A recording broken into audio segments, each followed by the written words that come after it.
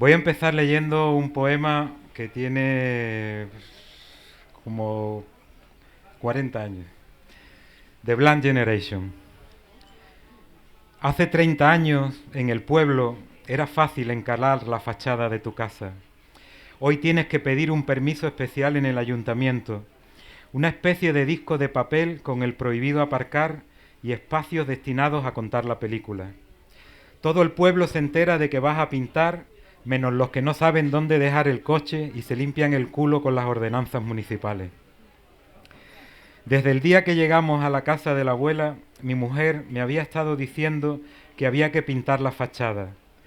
Me lo dijo unos 40 millones de veces, así que ahí estaba yo, al final de las vacaciones, pegando el dichoso cartel un par de tardes antes de marcharnos de allí hasta las siguientes vacaciones.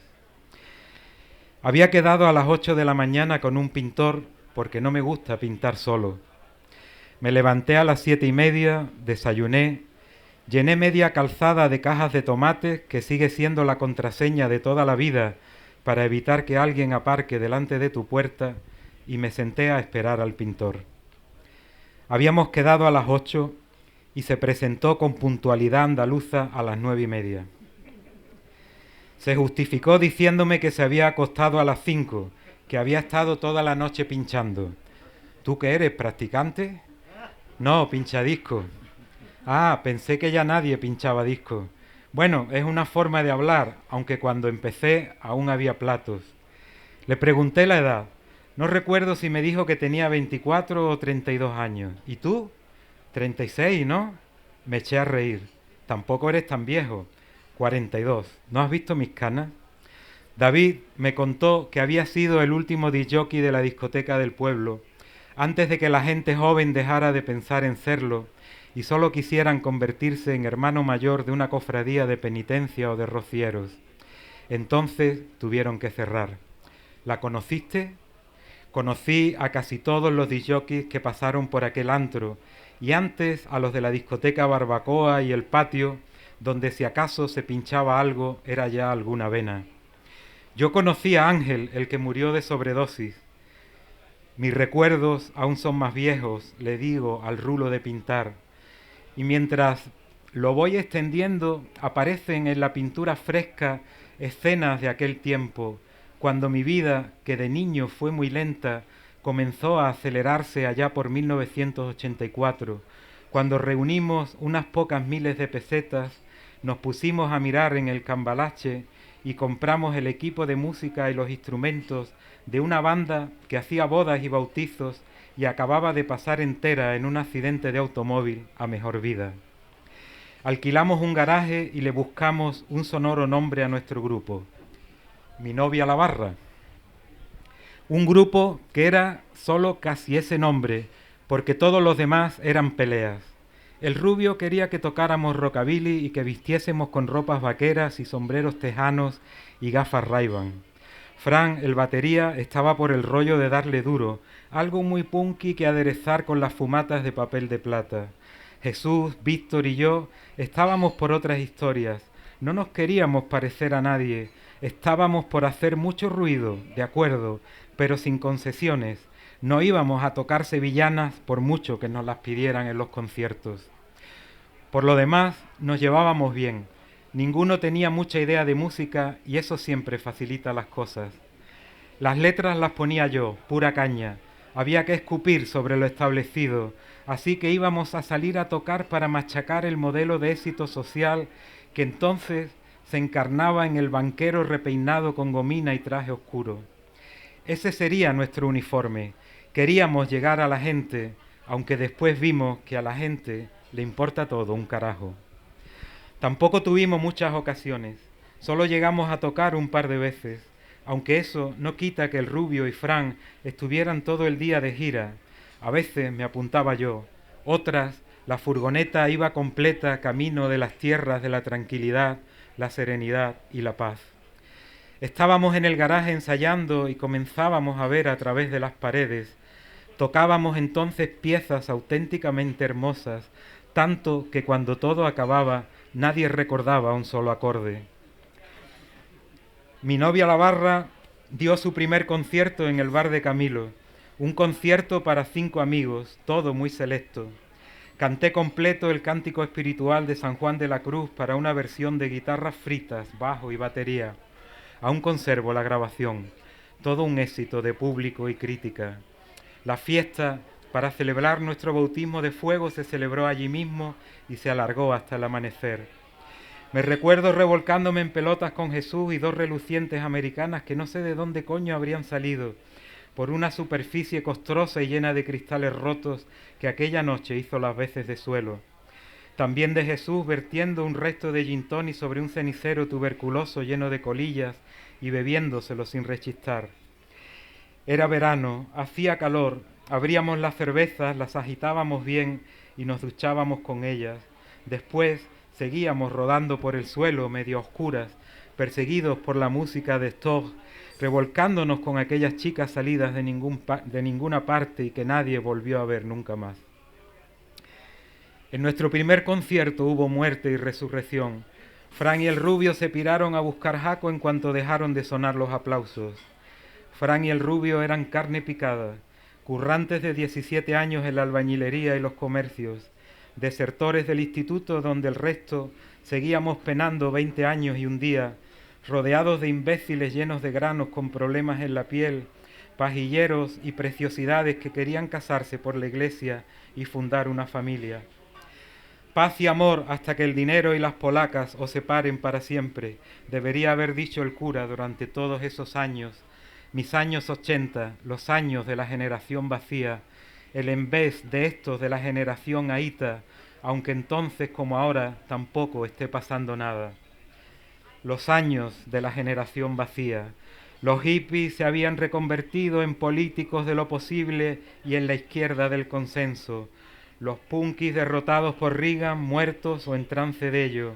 La movida controlada por el Estado, desinfectada y exportada por el Ministerio de Cultura dentro de cajitas de bombón glacé con la nueva imagen de España en el mundo. Los políticos y las compañías se habían puesto de acuerdo para apoderarse de la cultura y ya no nos pertenecía. Bien, se podían quedar con toda aquella basura de la pintura figurativa, el rey del pollo frito, el tecnopop y toda aquella música de entonces que era una mierda total, tocada por conejitos Duracell que iban de gira si antes le habían dado cuerda en una multinacional. No teníamos nada que recuperar de un mundo que solo nos ofrecía paro, drogas y muchas cosas de las que quejarnos. Si acaso lo que teníamos era que destruir el capitalismo, crear sobre sus cenizas nuestra propia forma de vida, trabajar por la anarquía con la imaginación desde nuestras imperfecciones, poniendo creatividad en la vida que hasta entonces solo nos había querido mostrar su lado más vergonzoso y estúpido. Eso pensábamos nosotros, que vivíamos en el culo del mundo, queriendo ir más allá, queriendo hablar a la gente de revolución, a la gente que le importa todo un carajo. Ratas, numeradas ratas, decía uno de nuestros temas. Tú eres la luz entrando por la ventana, decía otro, que tenía mucho del Jesús de la Rosa, de tu frialdad, y la atmósfera de King Crimson y el corazón de la Patti. Tatareaba aquellas canciones increíbles y el mundo cobraba un extraño aspecto, como más brillante, más nuevo y apetitoso. Cantaba aquellas canciones y tenía la certeza de que todo se llenaba de una magia que tal vez parecía que Dios se había puesto por fin a trabajar.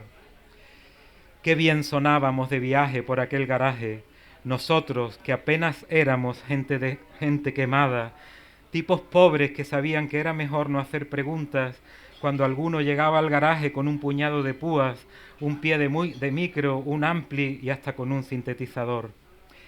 Tipos sin suerte con las buenorras casaderas que nos habían puesto muy al final en su lista de posibles.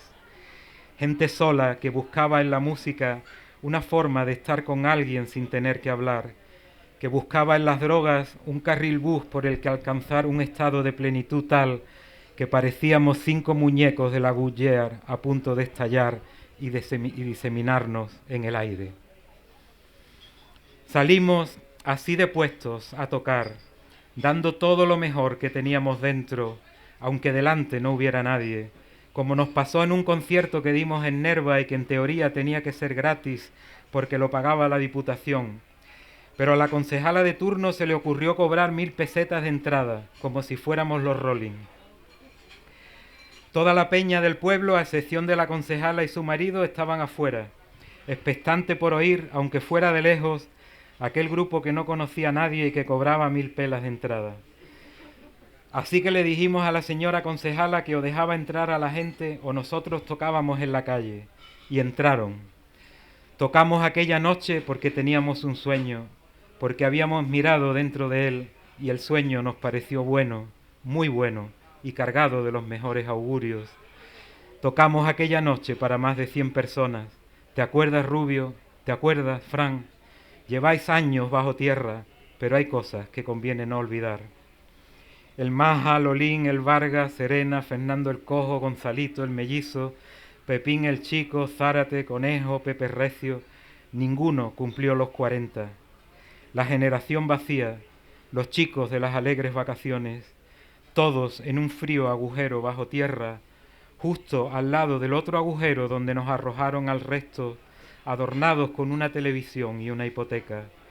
Todos viendo cómo vienen los ángeles a buscarlos, ángeles afeitados que conducen buenos coches y les dicen que a partir de ahora se acabó eso de ir a fichar en el paro, que van a empezar a trabajar en grandes cosas. Nuestro segundo concierto en aquella gira promocionada por la Diputación para animar a los grupos de la provincia fue en Isla Cristina.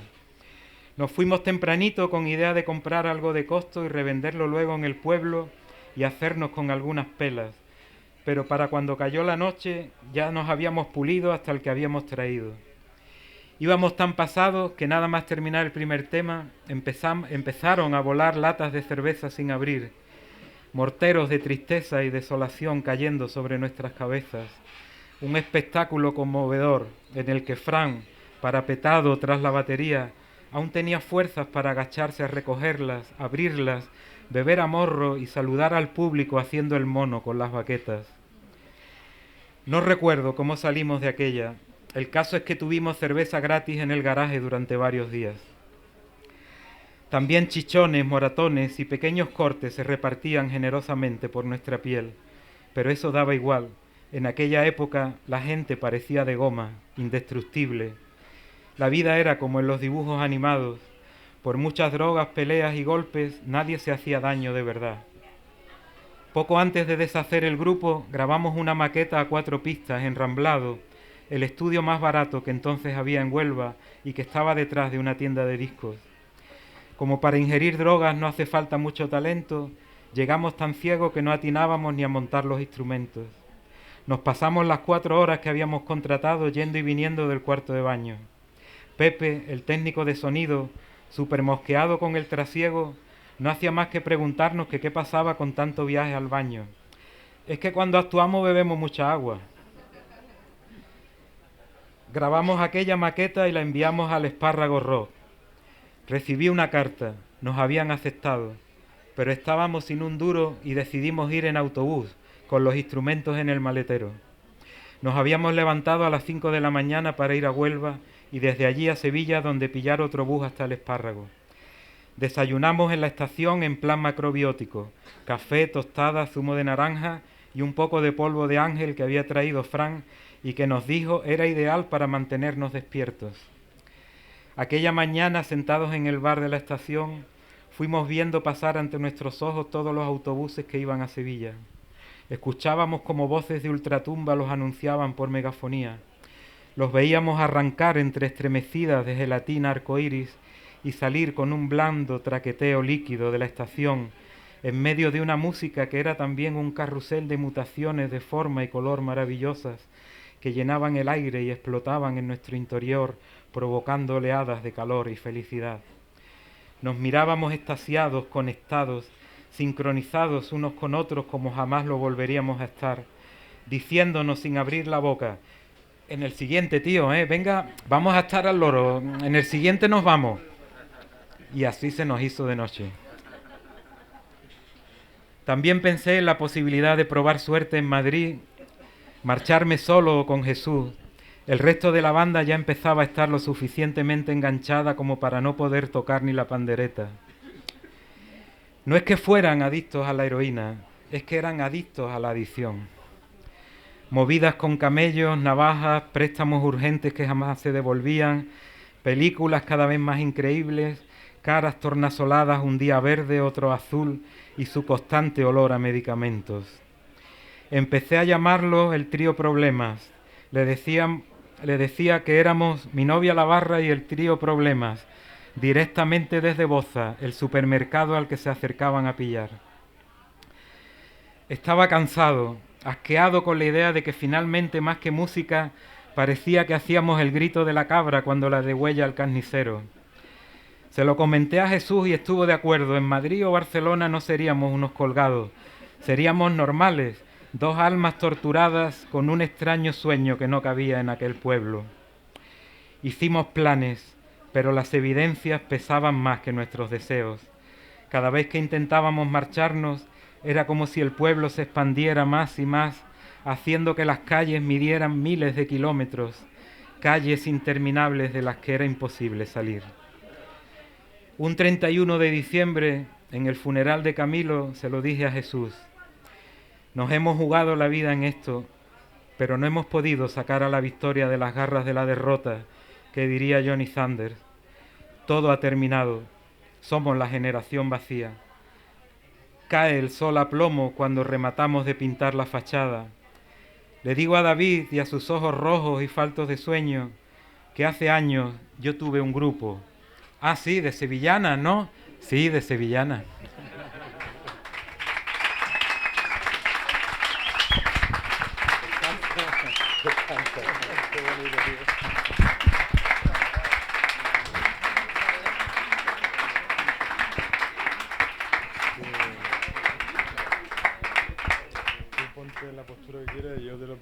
Vamos a leer ahora, ya que nos hemos ido a la prehistoria, vamos a leer uno de antes de ayer. Este se llama Polvo al polvo.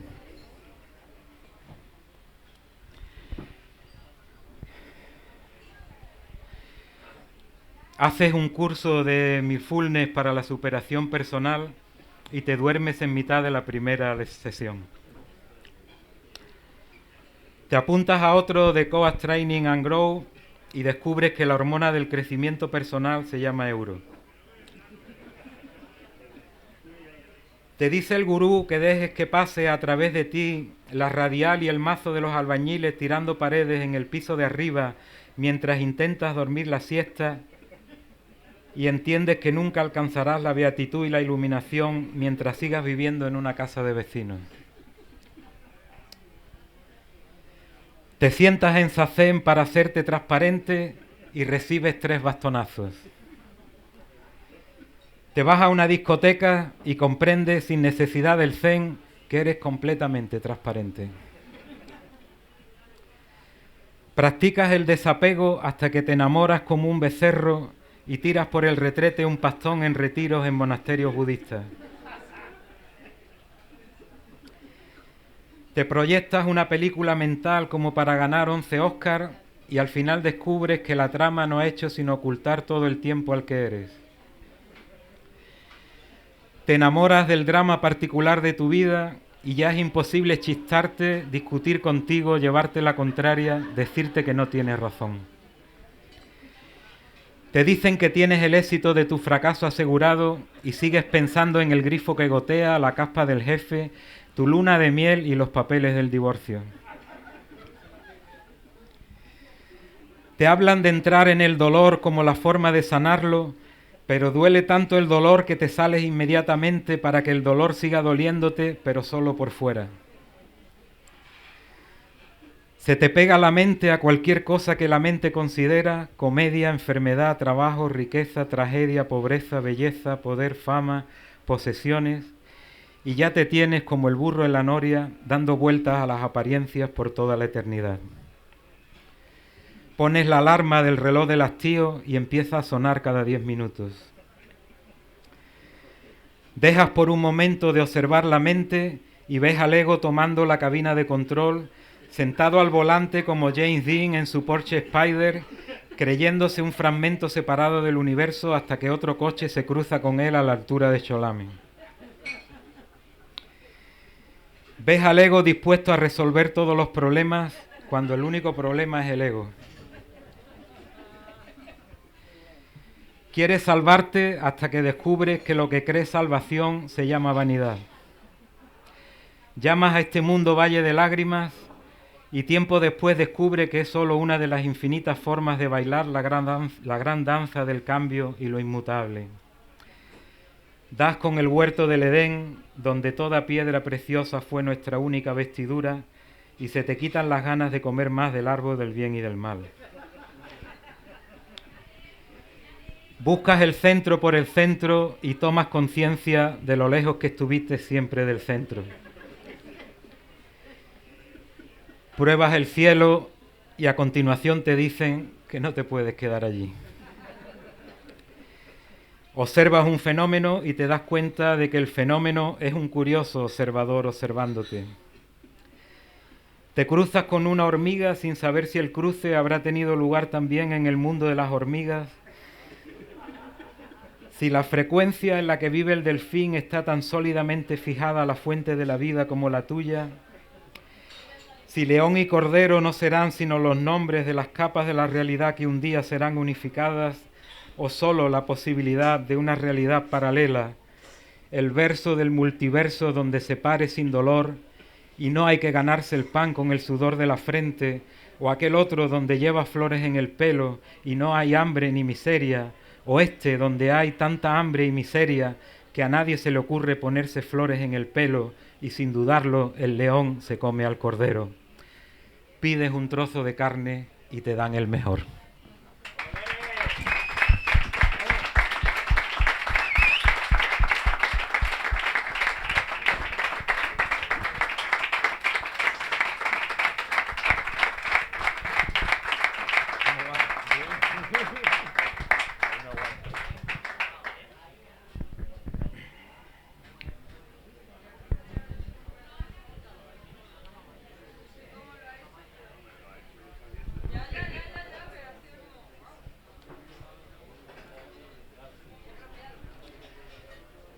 Un poemita de amor, ¿no?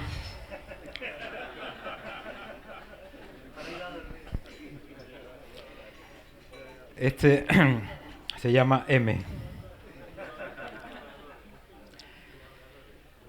Las moscas no te comían el culo porque tú eres una mosca. Los escorpiones no te picaban porque tú eras un escorpión. El viento no te molestaba porque tú eras el viento, y la arena y la noche y la duna y el cuerpo a tu lado que no había antes. Tú eras, a base de no ser, todas las cosas. Te dije que siempre había fantaseado con que aquellos cristales que te ofrecía fueran los mismos que tomaron Tristán e Isolda, que nuestro mágico encantamiento había hecho de las negras ciénagas de la razón una blanca landa en la que, bañados por el sol, éramos belleza y brillo en honda identidad, cuerpo y sentimiento unidos, no dos, círculo hasta el borde lleno de amor. Lohengrin, Wien Hervé, MDMA, ¿cuántos nombres tiene mi embriaguez, mi enajenación, mi devoción por ti? Creíste que el amor era una montaña, un sacrificio, una ilusión, un problema, pero ahora sabes que el amor es el más sincero y profundo de los vínculos, por eso todos huyen de él.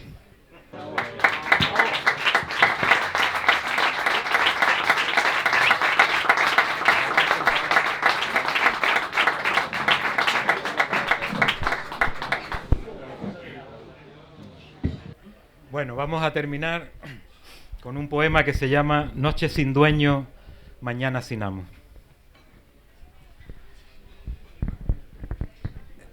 El capitalismo va, pero no sabe a dónde va. Se ha vuelto completamente pan, no futur. Se come en segundos décadas de luchas. Si luchas, puedes perder, pero si no luchas, estás perdido. A la intemperie del mercado donde por la mitad de precio han conseguido esclavizarnos el doble. Llámalo crisis, llámalo otros están aún peor, llámalo a arrimar el hombro. Llámalo miedo, pero empuja en silencio hacia adelante porque la máquina no puede parar. Nos van a privatizar hasta el flequillo. Maquíllalo como quieras. Pipi Calzas Largas tenía un conjuro para desaparecer. No recuerdo bien lo que decía, pero cerraba fuerte los ojos o tal vez saltaba sobre sí esperando que el planeta girara cambiando de posición. Necesitamos un libro nuevo donde leernos diferentes. Necesitamos un desear no atrapado por la publicidad. Necesitamos no poner el reloj para mañana. Necesitamos retroceder hacia formas de vida no destructivas. Necesitamos dejar de ser nuestro propio enemigo. Pero el capitalismo es un gran maestro de ceremonias. Produce escasez, dietas, supermercados, miseria, trajes, cosméticos, policías, accidentes laborales, pantallas, jornadas de 16 horas, muros de carga, resignación, silencio, cacerías humanas, blindados. Lo único que le podríamos robar legalmente es tiempo, pero no, mejor horas extras, destajo, contrato por obras y sevicias, cabecitas agachar. El caso es que algo impensable se ha roto y ya todo es posible, aunque nos aferramos a la posibilidad más remota, que las cosas vuelvan a la normalidad. Protestar parece inútil. Los poderes políticos hace tiempo que desconectaron de la sociedad. Saben que pueden pasar perfectamente sin ella. Y si todo se hunde, ¿por qué no participar activamente en el hundimiento? Tal vez la forma de combatirlo no sea luchar contra él, sino ignorarlo, crear una realidad alternativa, hacer como si fuera posible trabajando por ella. Nadie debería consolarnos por esta vida que llevamos. Deberían abofetearnos por esta vida que llevamos y deberíamos encontrar fuerzas en esas bofetadas para cambiar de vida. Yo hablo y yo me respondo, qué pobreza. ¿Dónde está el espejo que media entre los dos? ¿Cuándo se termina la edad de los errores? El delirio, el colirio, la vida se quemó. A pesar de los besos, de lo enamorados que estuvimos, de la tormenta constante que fue nuestra juventud. Si volviese toda esa inocencia, no sabría qué hacer con ella. Villa Kunterbund, ¿dónde estás con tu árbol del que brotaban botellas de refresco y barritas de chocolate? Las arenas de Libia, ¿dónde están? Pegajoso, transparente y brillante es el amor, me dices, en esta noche cuando declaramos el estado de felicidad permanente, la ceremonia de la adoración de la vida, de la sed, de los cuerpos desnudos que bailan bajo la luna, de las caricias que mañana no recordaremos. Por eso están aquí la poesía, los corazones que palpitan de verdad y el mundo constantemente falsificado. La era hippie ha muerto, me dices. Alguien cambió el LCD por el LCD. El viaje interior por un televisor con muebles del IKEA. Parece un chiste malo, pero es lo que hay. Hemos perdido el camino de vuelta a casa, hemos perdido la estrella dorada. Seguimos luchando, pero nos equivocamos de lucha. Deberíamos tirar la toalla, la oficina, el ordenador, la depresión, el televisor. Constatar que la vida pasa demasiado deprisa para tratar de entender este mundo donde no hay nada que entender y mucho de lo que dimitir. Nunca vamos a ser millonarios, ni zares del ladrillo, ni héroes deportivos, ni estrellas de cine o rock and roll, pero sí podríamos aspirar a que nuestras mañanas no tuvieran amo. No merece la pena seguir alimentando esta ficción, el ocaso de la clase media, la democracia de mentirijilla, el espectáculo constante con que falsifican la vida. Poseer es ser poseído, decía Duchamp, el gran respirador, que como Juan el Camas estaba orgulloso de no haber trabajado nunca, porque trabajar cansa, es un problema que hace que el vivir sea un trabajo. Hay que tomarse en serio el oficio de vivir y tratar de sortear el problema del trabajo, del robo que es todo trabajo asalariado, de la muerte de la vida que esconde esa transacción. Y no deja de ser curioso que esa experiencia, que es común a casi todos los seres humanos, apenas haya dejado rastros en la poesía, que siga siendo un dolor del que nadie habla.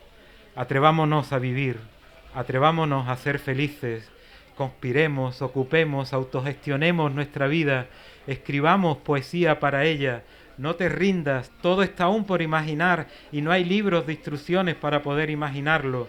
Es el momento de la dimisión, el anonimato, la dispersión, la huelga humana. Busquemos los rastros de carmín, las miguitas de pan, la isla Tortuga. Qué hermoso será volver allí a dormir, sin tormentos, sin preguntas, sin dilemas, completos en la felicidad del que sabe que no se ha equivocado. Desaparezcamos en el desierto de Abisinia, entre los camellos bactrianos del valle de Nubra, o donde se pierden las vías de un tren camino de San Miguel de Allende. Digamos la sagrada sílaba que contiene la vida. Digamos no radical y democráticamente. Empecemos a decir no al tiempo de la muerte. Pongámonos del lado de la apropiación, la deriva, la constelación, la inversión, la desmaterialización, la deflación del yo en la que tal vez aparezca algo realmente interesante. Imaginémoslo cuanto antes, porque pronto tal vez no quede nadie para imaginar, para entender este dolor. Amanecer sin amo, quédate en mi corazón.